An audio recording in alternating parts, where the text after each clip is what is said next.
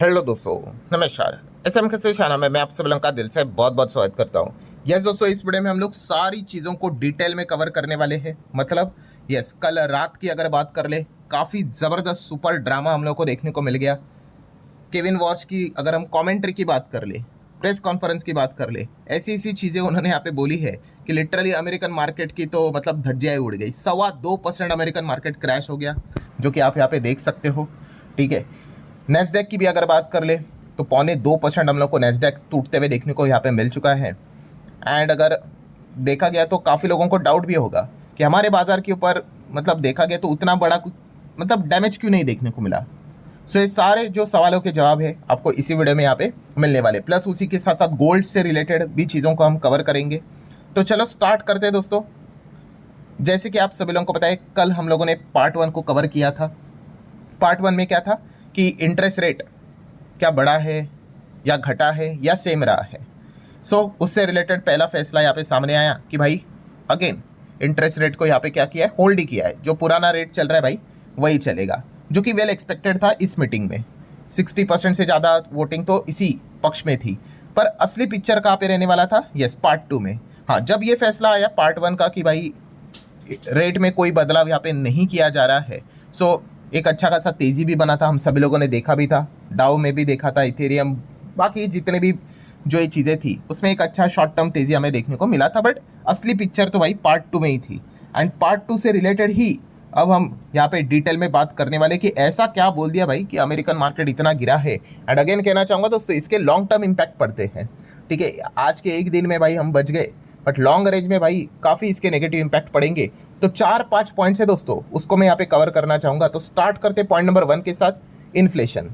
पहले तो उन्होंने बताया भाई इन्फ्लेशन को लेकर हमारा जो टारगेट है कितना, 2% का, उसमें हम कोई मतलब यहाँ पे बोलते हैं ना कॉम्प्रोमाइज़ नहीं करेंगे। 2% तक पहुँचने के लिए जो चाहिए हम वो करेंगे ही करेंगे। मतलब क्या है दोस्तों, यस काफ़ी स्ट्रिक्ट एक्शन यहाँ पे लिए जा सकते हैं। ये एक इनडायरेक्टली उनके कहने का तरीका था।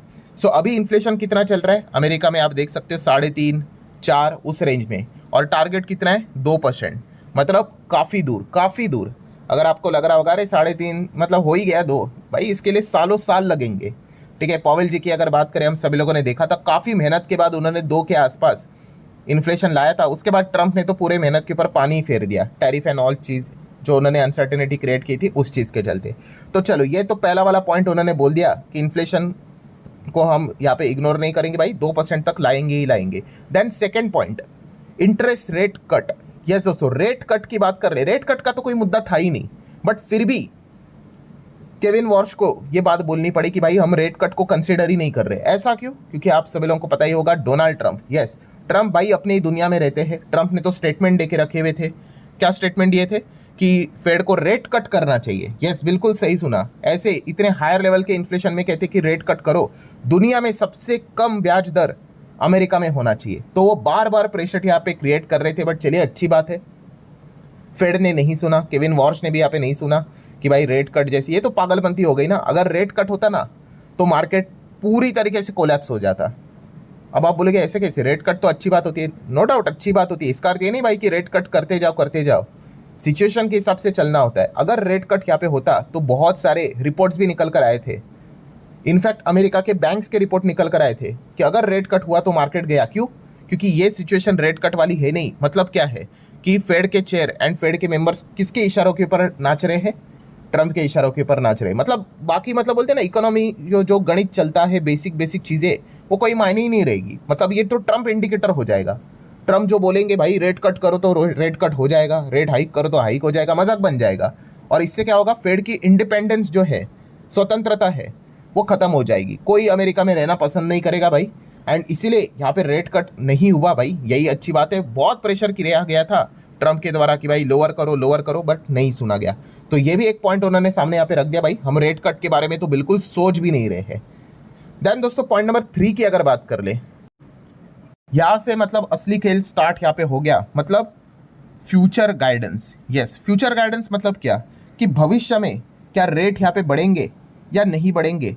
तो ऑब्वियसली कोई भी फेड चेयर ऐसा डायरेक्टली नहीं बोलेगा कि भाई भविष्य में हम रेट बढ़ाने वाले हैं, ऑब्वियसली नॉट। बट यस, वो कोई ना कोई हिंट के फॉर्म में बात कहते ही थे कि भाई हम सोच रहे हैं रेट कट हमारे टेबल पे है या नहीं है, रेट हाइक हमारे टेबल पे है कि नहीं है, हम कंसिडर कर रहे नहीं कर रहे, कुछ तो बोलते थे।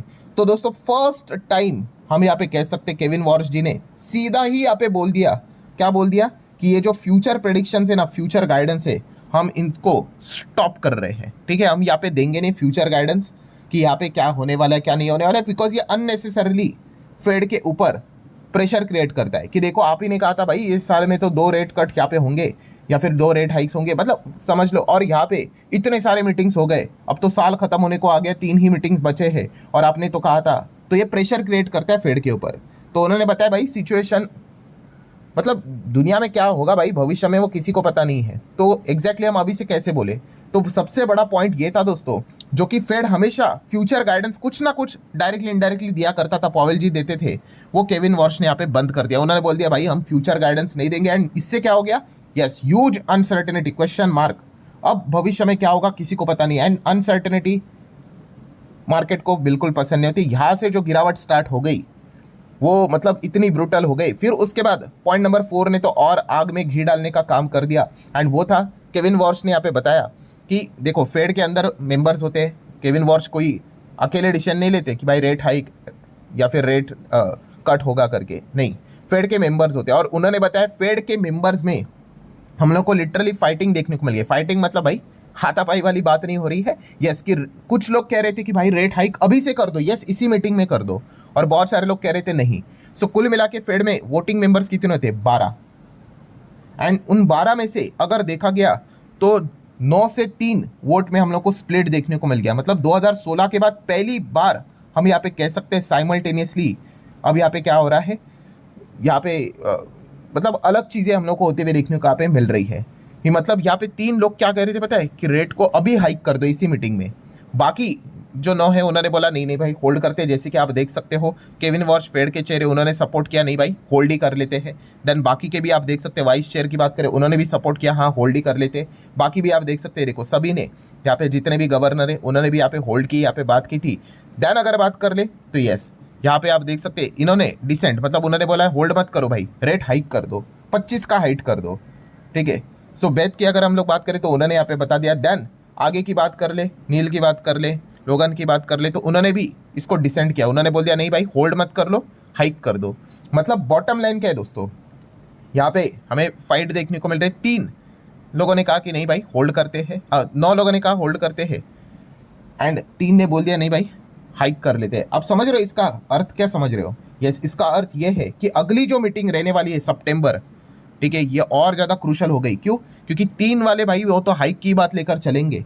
ठीक है, अगर इन 3 के साथ अगर और यहाँ पे 4 मेंबर्स जुड़ गए, ठीक है, तो 7 मेजॉरिटी यहाँ पे हो जाएगी और फिर रेट हाइक हो सकता है। ठीक है, 3-3 से भी ड्रॉ हो गया तो अल्टीमेटली केविन वॉर्श जो फेड के चेयर होते हैं वही डिसीजन यहाँ पे लेते हैं। ठीक है, तो अगर यहाँ पे 4 मेंबर्स अगर और यहाँ पे अगर जुड़ जाते हैं, ठीक है, रेट हाइक यहाँ पे कर लेते हैं, तो सितंबर में हमें रेट हाइक देखने को मिल सकता है।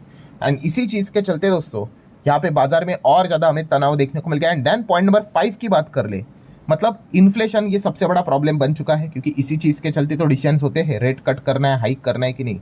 सो यहाँ पे केविन वॉर्श ने रीजंस बताए कि क्यों इन्फ्लेशन इतना ऊपर जा रहा है। तो सबसे पहले उन्होंने बताया मिडल ईस्ट के चलते क्रूड ऑयल लगातार बढ़ रहा है तो दिक्कत क्रिएट कर रहा है। देन उन्होंने ट्रम्प के टैरिफ को भी ब्लेम किया है, जो कि सच बात भी है। ठीक है, अल्टीमेटली टैरिफ क्या होता है भाई, टैक्स ही तो है। अगर मान लो हमारी कंपनी SMKC, ठीक है, SMKC यहाँ पे क्या है, चॉकलेट बेचती है भाई अमेरिका में, $100 का चॉकलेट है। ट्रम्प कहता है नहीं भाई इंडिया से जो भी चॉकलेट आएगा उसके ऊपर हम 20% टैक्स लगाएंगे। तो ठीक है भाई, मेरा जो चॉकलेट 100 पे मिलता था, $100 पे, अब वो $120 पे मिलेगा। अल्टीमेटली वो $20 एक्स्ट्रा जो गए हैं वो अमेरिका की जो जनता है उन्हीं के तो पॉकेट से गए हैं। ठीक है, तो नुकसान उनका है, नुकसान मेरा भी है। क्यों? क्योंकि मेरी चीज़ें इतनी महंगी होगी कि शायद से डिमांड ही ना रहे, नुकसान मुझे भी हो सकता है। बट बॉटम लाइन क्या है, यस इस टैरिफ के चलते भी इन्फ्लेशन यहाँ पे बढ़ा है। सो इनडायरेक्टली उन्होंने ट्रम्प के ऊपर भी निशाना यहाँ पे साधा ही है। एंड तीसरा, यस दोस्तों, आर्टिफिशियल इंटेलिजेंसी, AI को भी उन्होंने ब्लेम किया है। AI डेटा सेंटर, इस चीज़ के चलते जो रिसोर्सेस है, अलग अलग चीज़ों की जो रिक्वायरमेंट है वो इतनी ज़्यादा AI की ओर यहाँ पे बढ़ती जा रही है कि उसकी किल्लत क्रिएट हो रही है। ठीक है, सप्लाई शॉर्टेजेस हो रहे हैं। एंड इसीलिए सप्लाई शॉर्ट होता है किसी भी चीज़ का तो भाई आपको पता ही है ऑटोमेटिकली उसके प्राइस बढ़ेंगे। तो इन चीज़ों के चलते प्राइजेस लगातार यहाँ पे बढ़ते जा रहे हैं। तो एक कुल मिला के हम कह सकते हैं 5 पॉइंट फेड ने यहाँ पे सामने रखे, केविन वॉर्श ने सामने रखे, एंड इसी चीज़ के चलते सारे पॉइंट्स में हम कह सकते हैं नेगेटिविटी भरी हुई थी, एंड इसीलिए तो बाजार भाई इतना ज़बरदस्त यहाँ पे गिर गया। बीच में तो भाई अच्छा भागा था, आप जो फर्स्ट फैसला सामने आया कि भाई रेट को हम होल्ड कर रहे हैं, बट बाद में जैसी कॉमेंट्री प्रेस कॉन्फ्रेंस आई सब कुछ यहाँ पे तहस तहस हो गया। देन अगर बात कर ले यस एआई स्टॉक्स की धज्जियां उड़ गई। एनवीडिया आप देख सकते हैं 3.5% नीचे। माइक्रॉन की अगर बात करें 10% टूट गया, ठीक है, पहले ये भी खुश हो गया था, फिर केविन वॉर्श की कमेंट्री के चलते ये भी गिर गया। इंटेल 5.25% गिर गया, आप देख सकते हो। देन एएमडी की बात कर ले, ये भी 5%, 5.5% गिर गया।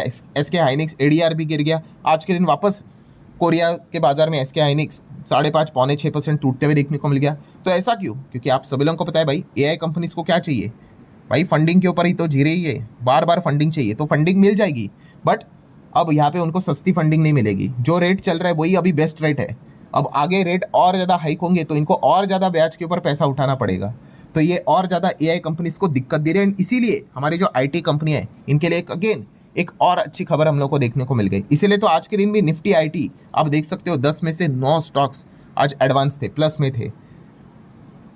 इसी चीज़ के चलते भी हम यहाँ पे कह सकते हैं हमारा गिफ्ट निफ्टी ने भी वैसे तो कल हिंट दे ही दिया था, उसके ऊपर कोई इम्पैक्ट नहीं पड़ा था। हमारे इन्फोसिस का एडीआर, विप्रो का एडीआर ने डिसेंट परफॉर्मेंस दिखाया था, एंड इसी चीज़ के चलते हमारा निफ्टी भी यहाँ पे ओके परफॉर्मेंस दिया। ठीक है, कोई रॉकेट तो नहीं बना, बट इतना बड़ा तांडव जो अमेरिकन मार्केट में हुआ है वो हमारे मार्केट में ना देखने को मिला। इससे बड़ा और खुशी की बात क्या हो सकती है। एंड रही बात गोल्ड की, तो गोल्ड भी आप सभी लोगों को पता है रेट हाइक होगा तो बॉन्ड यील्ड्स बढ़ेगी तो ऑटोमेटिकली यहाँ पे लोग बॉन्ड में पैसा अपना शिफ्ट करना स्टार्ट करेंगे, गोल्ड से पैसा निकलते हुए देखने को मिलेगा। इसलिए हम लोगों ने कल भी देखा, आज भी गोल्ड उसी रेंज पे है, $4000 पे फंसा पड़ा हुआ है। पहला फैसला सामने आया तो एकदम ऊपर चला गया कि भाई रेट को तो होल्ड किया है, बॉन्ड यील्ड्स नहीं बढ़ेगी। ठीक है, बाद में केविन वॉर्श ने ऐसी बातें बोलना स्टार्ट किया तो ये भी गिरना स्टार्ट हो गया। ठीक है, तो कुल मिला के स्टोरी दोस्तों यही है कि फ्यूचर की अगर बात कर ले तो रेट हाइक जैसे सिचुएशंस बनते हुए देखने को यहाँ पे मिल रहे। 3 मेंबर तो भाई चले गए रेट हाइक के पक्ष में, वोट तो उन्होंने कर दिया बस, और अगर 4 मेंबर्स अगर जुड़ गए तो फिर भाई लेने के देने यहाँ पे पड़ ही जाएंगे। अब वो होगा नहीं होगा वो तो डिपेंड करता है, अलग अलग डेटा क्या निकल कर आता है, इन्फ्लेशन का data, US non farm payroll का डेटा, ठीक है, जीडीपी का डेटा, और भी मल्टीपल डेटाज आएंगे। टैरिफ को लेकर ये क्या करते हैं, मिडल ईस्ट में क्या होता है, क्रूड का भाव क्या चलता है, ये सारी चीज़ें निर्भर करेंगी भाई कि क्या वो 4 मेंबर्स यहाँ पे इनका साथ देंगे बाकी तीनों का। ठीक है, तो जैसे जैसे डेटा सामने आएगा वैसे वैसे मार्केट भी रिएक्ट करेगा। जो भी कुछ चीज़ें होंगी मैं आप लोगों को अपडेट करके बता दूंगा। ठीक है दोस्तों, आशा करता हूँ आपको A to Z सारी इन्फॉर्मेशन प्रॉपरली समझ में आई होगी। तो आप चाहो तो आप इस वीडियो को लाइक एंड शेयर कर सकते हो। मिलते हैं अगले वीडियो में, तब तक के लिए बाय बाय।